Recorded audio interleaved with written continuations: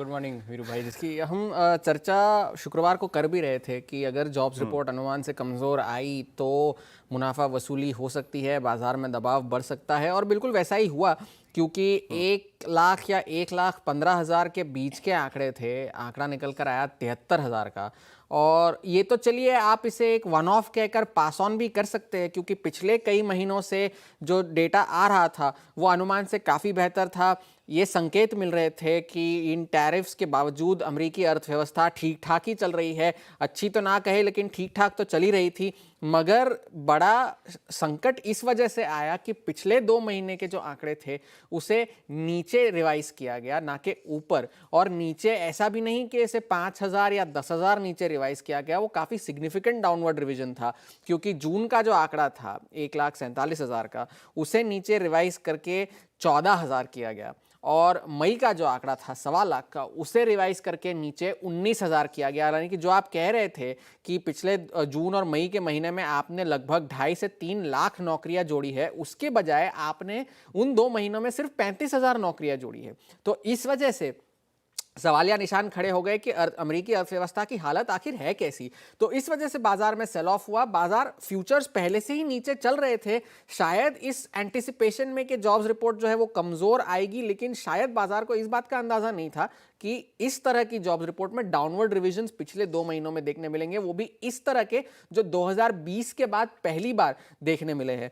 तो इस वजह से बाजार में ये एक कारण था जिस वजह से बाजार में बिकवाली बढ़ी। और इसके बाद इस जॉब्स डेटा के बाद जो ब्यूरो ऑफ लेबर स्टैटिस्टिक्स है, जो इन आंकड़ों की समीक्षा करता है, जो इन आंकड़ों को साझा करता है, उनकी जो कमिश्नर है एरिका मैकेंटरफर, उन्हें डोनाल्ड ट्रंप ने त्वरित प्रभाव से बर्खास्त करने के आदेश दिए। उन्होंने ये कहा कि ये ब्यूरो ऑफ लेबर स्टैटिस्टिक्स की पुरानी आदत है। चुनाव से पहले उन्होंने जॉब्स रिपोर्ट को उछाल उछाल कर पेश किया था और मेरे राष्ट्रपति बनने के बाद तुरंत ही उसे रिवाइज करके नीचे ले आए थे।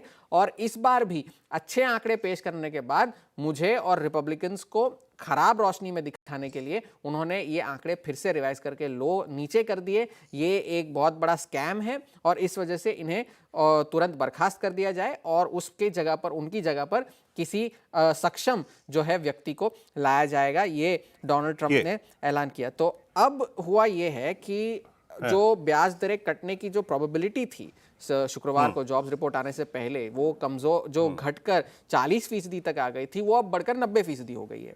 तो उस वजह से अब जो है क्वांटम कितना होगा, इस पर अब विचार विमर्श होगा कि अब ब्याज दरें कटना तो लगभग तय है सितंबर के महीने में, 25 कटे या 50 कटे, ये बड़ा सवाल होगा। और दूसरी बात ये कि एड्रियाना कुगलर जो कि फेड की गवर्नर है, जो बाइडेन के कार्यकाल के दौरान उनकी नियुक्ति हुई थी, उन्होंने अपने पद से इस्तीफा दे दिया अपना कार्यकाल खत्म होने से पहले।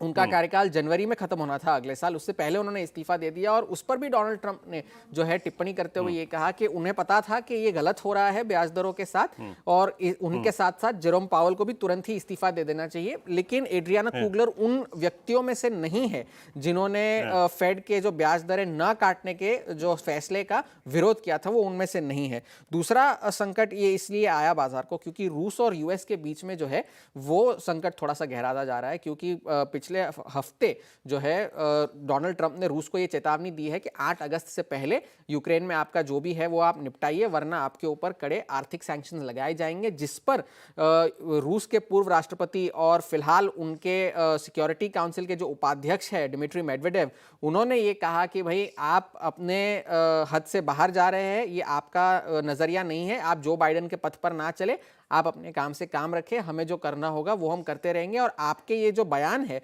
वो युद्ध जैसे संकेत हमें दे रहे हैं। तो उस पर जवाब में डोनाल्ड ट्रंप ने ये कहा कि जो नाकाम राष्ट्रपति रहे हैं मेडवेडेव, जो अभी भी खुद को राष्ट्रपति समझते हैं, उन्हें अपनी जबान पर लगाम रखनी चाहिए। और उसके जवाब में इस जो सोशल मीडिया पर स्पैट हुआ, उसके बाद डोनाल्ड ट्रंप ने 2 परमाणु सबमरीन्स जो है रूस की तरफ डिप्लॉय किए हैं, ये चेतावनी देते हुए कि अगर आपने ऐसा कुछ नहीं किया तो आपके इन बयानों से जो है हालात और बिगड़ सकते हैं। तो अब काफी सवाल उठ गए हैं इस बारे में कि भाई क्या बाजार टू फास्ट टू सून चले हैं, क्या फेड ने सचमुच में ब्याज दरें काटने में देर कर दी।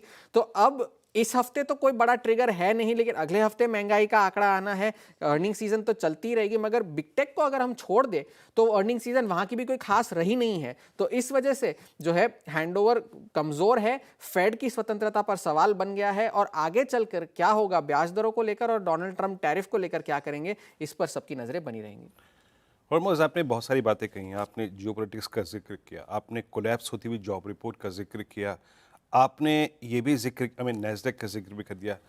आउट ऑफ दीज सारे एपिसोड्स में अगर मैं कोई भी चीज़ एक ग्रीन लाइन लेके चलूँ, तो क्या इस कोलैप्स्ड हुई जॉब रिपोर्ट, जो कि मतलब पिछले 2 महीने की भी रिवाइज की गई, एक एटलीस्ट अगर पॉजिटिव आउटकम समझें तो वो जो आपने कहा कि रेट कट की पॉसिबिलिटी इन सितंबर बढ़ गई, दैट्स अ बिट पॉजिटिव, उसके सिवा सब नेगेटिव है। उसे तो शायद आप पॉजिटिव किस तरह से आप समझे, ये glass half full glass half empty वाला केस हो जाएगा। हाँ, क्योंकि ये तो है, ये तो जेपी है। मॉर्गन ने अपनी नोट में पिछले हफ्ते ये कहा भी था कि अगर ब्याज दरें कटी तो वो एक कमजोरी का संकेत होगा, ना कि मजबूती का, क्योंकि आप इस है। वक्त तक ब्याज दरें इसलिए नहीं काट रहे थे ये कहते हुए कि आपकी अर्थव्यवस्था मजबूत है। अब अगर मजबूत नहीं है तो आप अब तक ब्याज दरें आपने काटी क्यों नहीं? तो ये दोनों तरफ की बातें हैं। अगर ब्याज दरें अब तो कटनी है, एक और प्रोबेबिलिटी बन गई है कि शायद दिसंबर में भी ब्याज दरें कटे।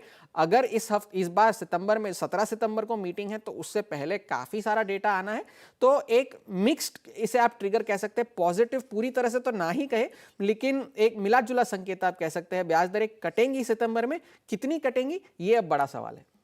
जी हाँ, और जितना आपके मैं ग्राफिक्स को, आपके कमेंट्री को पढ़ रहा था हॉर्मोज, एक बार को तो वो जॉब रिपोर्ट जो संशोधन किया गया ना, उस पर मैं भी ट्रस्ट नहीं कर पा रहा था। मैं कहा यार इतना इतना रिवीजन है ना।